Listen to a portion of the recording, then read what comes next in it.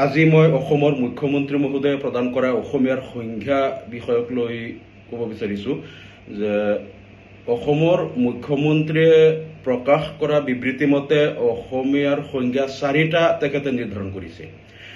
তেখেতে কৈছে সাধাৰণ অসমীয়া হ'ল যিসকল অসমত জন্মগ্ৰহণ কৰিছে আৰু অসমত অসমীয়া ভাষা সংস্কৃতি গ্ৰহণ কৰিছে তেওঁলোক সাধাৰণ অসমীয়া। আৰু কৈছে যে আচল মতে 1971 চনৰ 25 মাৰ্চৰ আগত অসমত থকা সকল অসমীয়া। আকৌ কৈছে যে বিপ্লৱ কুমাৰ শৰ্মাৰ প্ৰতিবেদন মতে 1951 চনৰ জন্মগ্ৰহণ কৰা সকল অসমীয়া। আকৌ কৈছে যে তেওঁলোক গাঁৱৰ অসমীয়া, গাঁৱত যদি যিসকল 1951 চনৰ পৰা গাঁও অঞ্চলত আছে তেওঁলোক গাঁও অঞ্চলৰ অসমীয়া, কিন্তু পৌৰসভাত থাকিলে 1951 চনৰ জন্মগ্ৰহণ কৰা লোকো অসমীয়া নহয়। আৰু কৈছে বৰাক উপত্যকাৰ কাৰণে 1951 চনৰ কথাটো নাই, সেইটো এই সংজ্ঞাৰ বাহিৰত। এনেকৈ চাব গ'লে অসমৰ মুখ্যমন্ত্ৰীয়ে অসমীয়াৰ সংজ্ঞা 4টা নিৰ্ধাৰণ কৰিছে। হয়তো পৃথিৱীৰ কোনো দেশত কোনো জাতিৰ এনে ধৰণৰ উদ্ভট সংজ্ঞা নাই যে এটা জাতি নিৰ্ধাৰণ কৰাৰ কাৰণে 4টা সংজ্ঞা। একমাত্ৰ ভাৰতৰ অসম ৰাজ্য এনেকুৱা এখন ৰাজ্য য'ৰ মুখ্যমন্ত্ৰীয়ে এটা জাতিক ডিফাইন কৰিবলৈ 4টা সংজ্ঞা নিৰ্ধাৰণ কৰিছে। এতিয়া তেখেতে কোৱা মতে 1971 চনৰ 25 মাৰ্চৰ আগত থকাখিনি অসমীয়া, এইটো অসম চুক্তিৰ 5 নং দফা অনুসৰি তেওঁলোক অসমীয়া। আৰু তেখেতে কৈ আছে 6 নং দফা অনুসৰি 51 চনৰ সকলো অসমীয়া। এতিয়া 6 নং দফাত কিন্তু কোনো চন তাৰিখ উল্লেখ নাই। তাত অসমীয়াৰ কাৰণে নিজৰ ভাষা, তেওঁলোকৰ সংস্কৃতি আৰু এইবিলাক সংৰক্ষণৰ কথা কোৱা হৈছে। আচ্ছা, ঠিক আছে। এতিয়া মুখ্যমন্ত্ৰীয়ে কোৱা মতে ধৰি লওঁ যে অসম চুক্তিৰ 5 নং দফা অনুসৰি 71 চনৰ আগত থকা সকলো অসমীয়া, 6 নং দফা অনুসৰি 51ৰ আগত থকা সকলো অসমীয়া। আকৌ কৈ আছে গাঁৱৰ কাৰণে মাত্ৰ 51ৰ লোকসকল অসমীয়া, চহৰৰ কাৰণে নহয়। চহৰৰ কাৰণে কিমান চনৰ অসমীয়া সেইটো তেখেতে উল্লেখ নকৰিলে। আকৌ বৰাক উপত্যকা ইয়াৰ কাৰণে প্ৰযোজ্য নহয়। বৰাক উপত্যকাৰ কাৰণে কোন চনৰ অসমীয়া, নে বৰাক উপত্যকাৰ লোকসকল অসমীয়া নহয়, তেওঁলোকক অসমীয়া বুলিবই নোৱাৰি, অসমীয়াৰ সংজ্ঞাৰ পৰা আঁতৰত ৰাখিব লাগে নেকি? যদি বৰাক উপত্যকা অসমত হয়, অসমৰ অংগ যদি হয় আৰু বৰাক উপত্যকাৰ লোকসকল তেনেহ'লে অসমীয়া কিয় নহ'ব? আৰু তেওঁলোক কোন সংজ্ঞা অনুসৰি অসমীয়া হ'ব? এই নাভূত নাশ্ৰুত কথাবিলাক অসমৰ মুখ্যমন্ত্ৰীয়ে কৈ পেলাই নিজকে হাঁহিয়াতৰ পাত্ৰ কৰিছে।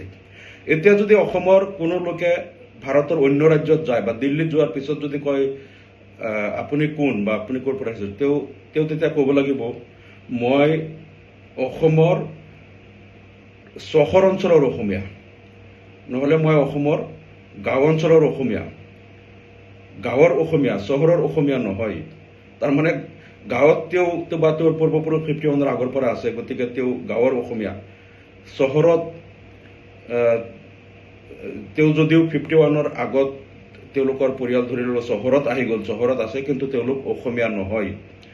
গতিকে সেই একেটা পৰিয়াল যিসকল 51ৰ আগত গাঁৱত আছে তেওঁলোক গাঁৱৰ অসমীয়া, কিন্তু চহৰত আহি গ'ল, চহৰত অহাৰ কাৰণে 51ৰ আগত থাকিলেও তেওঁলোক অসমীয়া নহয়।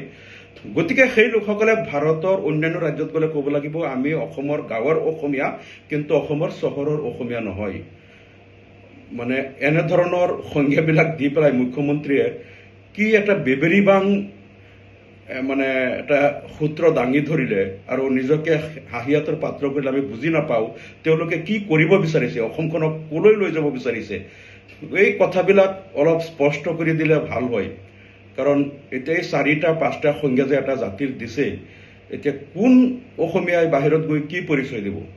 এই ধৰণৰ কেৱল নিৰ্বাচনত ভোট পোৱাৰ কাৰণে ভোট বেংকৰ ৰাজনীতি কৰিবলৈ এনেধৰণৰ নাভূত নাশ্ৰুত কথা কোৱাতকৈ অসমত তেখেতে কৈছিল যিসকলে অসমক ভাল পায়, অসমত জন্মগ্ৰহণ কৰিছে, অসমক হাড়ে হিমজুৱে ভাল পোৱা, অসমীয়া ভাষা গ্ৰহণ কৰা লোকসকল যিসকল অসম চুক্তিৰ অনুসৰি অসমৰ নাগৰিক হয়, তেওঁলোক অসমীয়া। আৰু সকলোৱে আমি একেলগে অসমীয়া জাতি গঠন কৰোঁ, জাতিটোক আগুৱাই লৈ যাওঁ।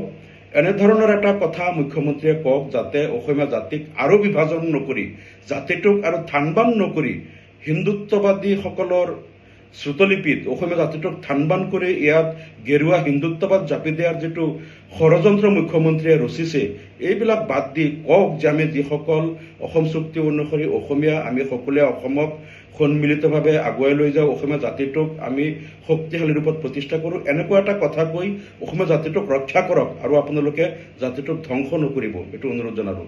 ধন্যবাদ।